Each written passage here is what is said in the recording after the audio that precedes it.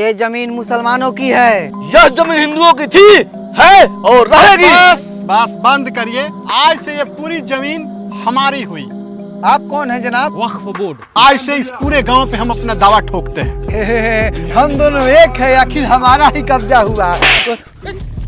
बदबू दे रहे। तुम कहाँ हम कहाँ? हमारे जमीन पर आप कैसे दावा ठोक सकते हैं? ठीक वैसा ही जैसे हमने आंध्र प्रदेश के मणिकोंडा गांव पे अपना दावा ठोका है। तमिलनाडु में 1000 करोड़ की संपत्ति पे हमारा दावा है। पब्लिक पार्क, प्रयागराज, लक्ष्मण टीला, लखनऊ, ताजमहल, आगरा। बंद करिए जनाब, ये लिस्ट पढ़ते पढ़ते हमारी जवानी ढल जाएगी। इसके खिलाफ हम कोर्ट तक जाएंगे। कौन सा court? Kolkata high court, Allahabad high court. सारे कोर्ट हमारे जमीन पे है। हम सुप्रीम कोर्ट का दरवाजा खटखटाएंगे। क्या चाह रहे हो, उस पे भी हम दावा ठोक दें? हमारा अपना कोर्ट है, अपना जज है। चलो भागो।